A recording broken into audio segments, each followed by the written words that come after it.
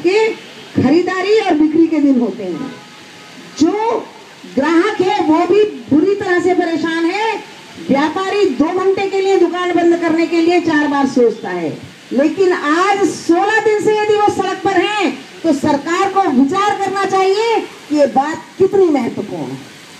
व्यापारी एकता जिंदाबाद, व्यापारी एकता, व्यापारी एकता, प्रणब मुखर्जी, प्रणब मुखर्जी। धन्यवाद। ये बात इस व्यापारिक एकता की तो है ही है, लेकिन उस एकता से भी ज्यादा जो विचारणीय विषय है वो ये है कि वो लोग जो 1 घंटे कोई दुकान बंद नहीं करना चाहते, 16 दिन से बंद करके और सड़कों पर बैठे हैं। एसी में रहने वाले वो लोग जिनके लिए एसी कोई बड़ी चीज नहीं है, वो आज धूप के अंदर बैठे हैं। इसका मतलब ये है कि उनकी मांग कितनी अधिक वजनदार है, कितनी महत्वपूर्ण है। उसके बावजूद यदि ये सरकार इस बात को नहीं सुनती है तो मेरा कहना यह है कि ऐसी सरकार को अब सत्ता में रहने का अधिकार नहीं है, और वो ताकत इस व्यापारी एकता में है कि इस सरकार का तख्ता कभी भी पलट सकता है। माननीय महेश जी आपके बीच में आ चुके हैं अपना समर्थन देने के लिए। वो भी अपनी बात रखेंगे। अपनी बात को ज्यादा लंबा नहीं खींचते हुए मैं आप सब लोगों को समर्थन देती हूँ और मैं ये कहती हूँ कि एक्साइज ड्यूटी तत्काल वापस होनी चाहिए। और अभी सरकार ने कल चिंता व्यक्त की है कि हमारे देश के अंदर और हमारी मुद्रा जो है वो विदेशों में ज्यादा जा रही है, या विदेशी मुद्रा हमारे यहाँ कम आ रही है। लेकिन एक्साइज ड्यूटी बढ़ा करके आप उसको क्या करना चाहते हैं? जो आप कह रहे हैं उसी का उल्टा व्यवहार कर रहे हैं। इसका मतलब यह है कि या तो आप समझते ही नहीं है कि अर्थव्यवस्था क्या चीज है, और यदि आप समझते हैं तो उसको ठीक करना नहीं चाहते। इसलिए कथनी और करनी में अंतर नहीं होना चाहिए। यदि आप उच्च पद पर हैं तो आपकी कथनी और करनी वो एक जैसी होनी भी चाहिए। अभी बहुत अच्छे यहाँ पर नारे सब लोग लगा रहे थे। एक बार मैं भी आप लोगों के साथ नारा लगवाने की कोशिश करती हूँ।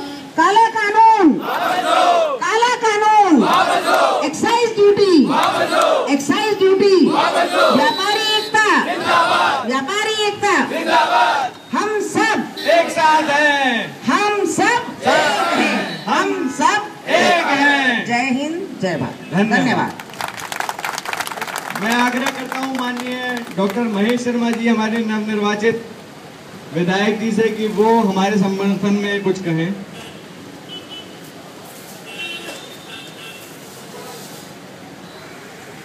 सम्मानित सर्राफा व्यापारी बंधुओं, स्वर्णकार बंधुओं, मेयर साहब, दमयंती जी, भाई राजेंद्र वर्मा जी, कुलदीप जी, भाई पुनीत मल्होत्रा जी, सुधीर जी, नितिन वर्मा जी और सभी व्यापारी बंधुओं से मैं क्षमा चाहता हूं कि मुझे यहां आपके बीच में आने में 2 दिन का समय लगा, लेकिन कल परसों में जैसे ही आने वाला था मुझे लखनऊ तुरंत जाना पड़ा, और आज कल रात को आते ही बहन जी का सवेरे आदेश आया और मेरा भी मन था कि मैं आपके बीच में खड़ा रहूं। साथियों, मैं आपको बधाई देता हूं, साधुवाद देता हूं कि आप लड़ाई व्यापारियों की नहीं लड़ रहे हो, आप आम जनता की लड़ाई लड़ रहे हो। कोई फर्क नहीं पड़ता था 2% नहीं 10% एक्साइज बढ़ जाती, और ये 10% एक्साइज आप आम जनता पर आगे बढ़ा देते कि भैया एक्साइज लग गई, 10% और महंगा हो गया सोना, 10% और महंगा हो गया आपका जेवरात। भारत जैसे देश में चाहे हम अपने आप को गरीब देश कहें, लेकिन जेवरात और खासतौर पर सोने के जेवरात को खाली आर्थिक रूप से नहीं आंका जाता, शुभ और अशुभ के रूप में आंका जाता है। एक गरीब से गरीब परिवार भी प्रयास करता है कि बेटी के ब्याह में, बेटी की शादी में कम ज्यादा कोई ना कोई सोने की वस्तु भेंट दे। इसे खाली सोने के व्यापार को अगर हम अमीरों से जोड़कर देखेंगे तो शायद उन गरीबों के साथ अन्याय होगा जो शुभ और अशुभ मानते हुए अपने इस बेटी को, अपने विदा होती बेटी को कुछ ना कुछ सोने की चीज जरूर भेंट करना चाहते हैं। ये कुठाराघात उन लोगों पर है, और सच्चाई पूछे तो आज 80 से 90% जनता इस देश की उन्हें 100 रुपए की वैल्यू पता है। हो सकता है 2% 5% लोगों को फर्क ना पड़ता हो, लेकिन आप लड़ाई उन 2 से 5% लोगों की ना लड़कर आप उस 80-90% भारत की उस गरीब जनता की लड़ाई लड़ रहे हो। मैं आपको इस बात के लिए बधाई और साधुवाद देता हूं। आज बहन हमारी विमला बाथम जी भी भाजपा की वरिष्ठ नेत्री हैं और व्यवसायी भी हैं और महिला भी हैं। एक महिला के लिए स्वर्ण की और 2 बहनें हमारी बैठी हैं, मेयर दमयंती जी और विमला बाथम जी। मैं समझता हूं कि जेवरात की वैल्यू कितनी होती है एक महिला के दिल में, उसका जज्बाती रिश्ता होता है। खाली किसी महिला ने शायद अपने गहनों को कभी आंख से इसलिए नहीं तोला होगा कि मेरे पास 100 तोला सोना है, 50 तोला सोना है, 2 तोला सोना है, लेकिन इस जज्बात से तोला होगा कि मेरा मंगलसूत्र मेरा सुहाग है। और हमें ध्यान है जब आज से 5-10 साल पहले जब किसी दुबई की फ्लाइट से हम लोग आते थे तो कस्टम का अधिकारी चील गिरफ्त दृष्टि से झांक रहा होता था, जेब करके कितने बिस्कुट जूतों में छिपा के लाए हैं, कान छिपा के लाए हैं। जाने पिछली सरकारों की नीतियों ने आज इस भ्रष्टाचार के इस युग को खत्म किया, लेकिन पिछले समय में जो आम आदमी की जेब पर डाका डालने का जो दूसरा तरीका इन सरकारों ने, भ्रष्ट अधिकारियों ने सोचा, वो सोचा था कि अपनी कमाई का साधन तो बरकरार रखो, चाहे किसी तरह का घोटाला करना पड़े, दवाइयों का घोटाला, NRHM का घोटाला, आदर्श सोसाइटी घोटाला, कॉमनवेल्थ घोटाला, उनमें लाखों करोड़ रुपया चला जाए, वो भी गरीब जनता का पैसा है। लेकिन उन्होंने कहा बढ़ाना है, बढ़ा दो सोने वालों पे, बढ़ा दो एक्साइज, बढ़ा दो सर्विस टैक्स। और ये नहीं पता कि सर्विस टैक्स का बोझ, इस एक्साइज का बोझ आम आदमी जो वैसे ही उसकी कमर टूटी हुई है उस पर कितना और पड़ेगा, उसके जज्बातों की भावना नहीं समझ सकते। आज अगर इन्हें अपना घाटा पूरा करना है, अगर इन्हें अपना टैक्स का घाटा पूरा करना है, टैक्स और बढ़ाना है, तो उस भ्रष्टाचारों को खत्म करो।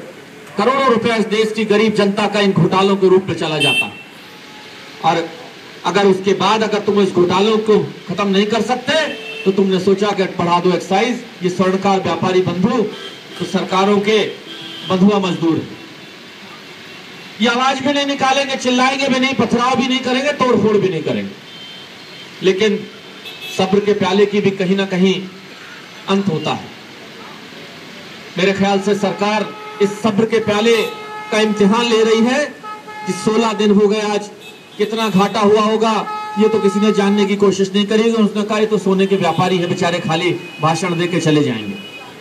इस लड़ाई को अगर सड़कों पर भी लाना पड़ा, इस लड़ाई को अगर विधानसभा में उठाना पड़ा, तो आपका भाई, आपने जो सम्मान दिया है, इस सम्मान में आपके साथ मैं स्वयं और हमारी पूरी पार्टी आपके साथ, अगर इस लड़ाई को सड़कों पर लड़ना पड़ा तो हजारों लाखों की भीड़ आपके साथ होगी। ये मत समझिए कि आप 500 200 400 व्यापारी बंधु खाली यहाँ टेंट लगाकर बैठे भाषण देते रहेंगे। अगर इस लड़ाई को कहीं भी लड़ना पड़ा तो पूरा संगठन, पूरी भारतीय जनता पार्टी के कार्यकर्ता, और मैं तो कहूंगा कि आम जनता भी आपके साथ लड़ेगी इस लड़ाई में, क्योंकि आप लड़ाई अपनी नहीं लड़ रहे हो, आम जनता की लड़ाई लड़ रहे हो। मैं आप सबको बधाई देते हुए और ये शुभकामना के साथ कि सरकार की आंखें कान खुलेंगे और अपने लिए हुए इस फैसले को सरकार बदलेगी और आम आदमी के जज्बातों से खिलवाड़ ना करे, वरना इस सरकार अपने आखिरी मुहाने पर तो बैठी है। अब भी अगर ये सरकार नहीं चेतना चाहती तो फिर देश की जनता को ये दुहाई ना दे कि सरकार ने भ्रष्टाचारियों की सरकार को बाहर किया है।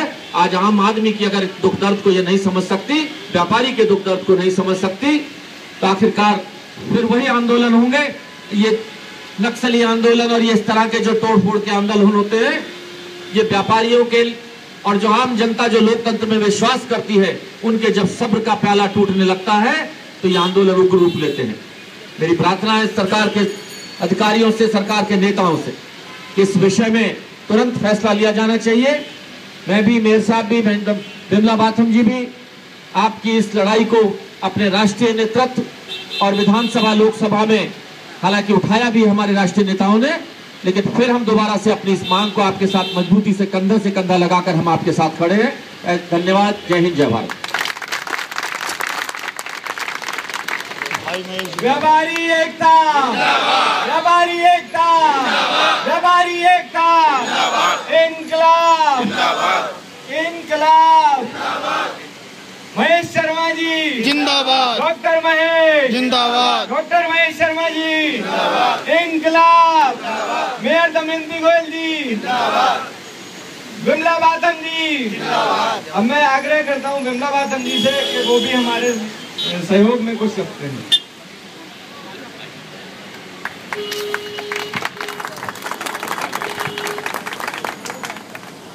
यहाँ उपस्थित हमारे बहुत ही सम्मानीय विधायक डॉक्टर महेश शर्मा जी, हमारी बहुत आदरणीय बहन दमयंती गोयल जी, जो आप सभी श्री राजेंद्र वर्मा जी, श्री कुलदीप जैन जी, श्री पुनीत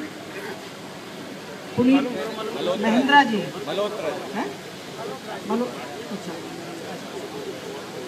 पुनीत मल्होत्रा जी, सुधीर सिंघल जी और नितिन कुमार वर्मा जी।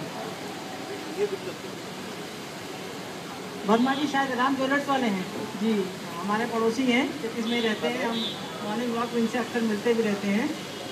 आप सभी यहाँ पर उपस्थित मेरे सभी बहुत प्रिय बंधुओं, ये लड़ाई वाकई जैसा हमारे अभी डॉक्टर साहब ने कहा कि लड़ाई खाली आपकी नहीं है, क्योंकि इसमें आम जनता का असर पड़ रहा है। देखिए, आपको तो आप अगर चाहें तो आप तो वो एक्साइज ड्यूटी बढ़ा के दाम वसूल कर सकते हैं जनता से, लेकिन आपको पता है कि जनता इस माल को झेल नहीं पाएगी। शादी ब्याह हर घर में, चाहे गरीब हो चाहे अमीर हो, सबके घरों में होता है। एक गरीब मजदूर अपनी बेटी को क्या एक अंगूठी भी दे सकेगा? अगर ये इसी तरह सरकार की मनमानी चलती रही तो इस लड़ाई में हमारे डॉक्टर साहब ने हमारी पार्टी की तरफ से आश्वासन दिया, मेरी तरफ से भी उन्होंने आश्वासन दिया है, जहां आप कहेंगे, जिस जगह आप कहेंगे, हम आपके साथ खड़े मिलेंगे। हमारी दमयंती जी देखिए गाजियाबाद से यहाँ पर आई हैं, हमारी पूरी पार्टी आपके साथ है। हमारे विधायक ने जो भी अभी आपसे कहा है वो आश्वासन पूरा सिर्फ आश्वासन नहीं है, हम लोग कर में विश्वास करते हैं। आपको सबको पता है भारतीय जनता पार्टी हमेशा व्यापारियों के साथ रही है, बल्कि इस पर तो ठप्पा भी लगता है कि व्यापारियों की पार्टी है ये। तो हमें तो इस ठप्पे पर भी गर्व है कि हम व्यापारियों के साथ हैं, क्योंकि व्यापारी वर्ग जो है वो हमारे देश की रीढ़ की हड्डी है। अगर ये ना हो, इसका सहयोग ना हो तो कोई सरकार नहीं चल सकती है। तो इस मन से मैं आप लोगों को पुनः आश्वासन देती हूँ कि जो भी जैसा भी आप लोग चाहेंगे, आपके साथ पूरी तरह से मिलकर हम लोग संघर्ष करेंगे। इस संघर्ष में आप पूरी तरह साथ हैं। बहुत बहुत धन्यवाद। जय हिंद, जय भारत।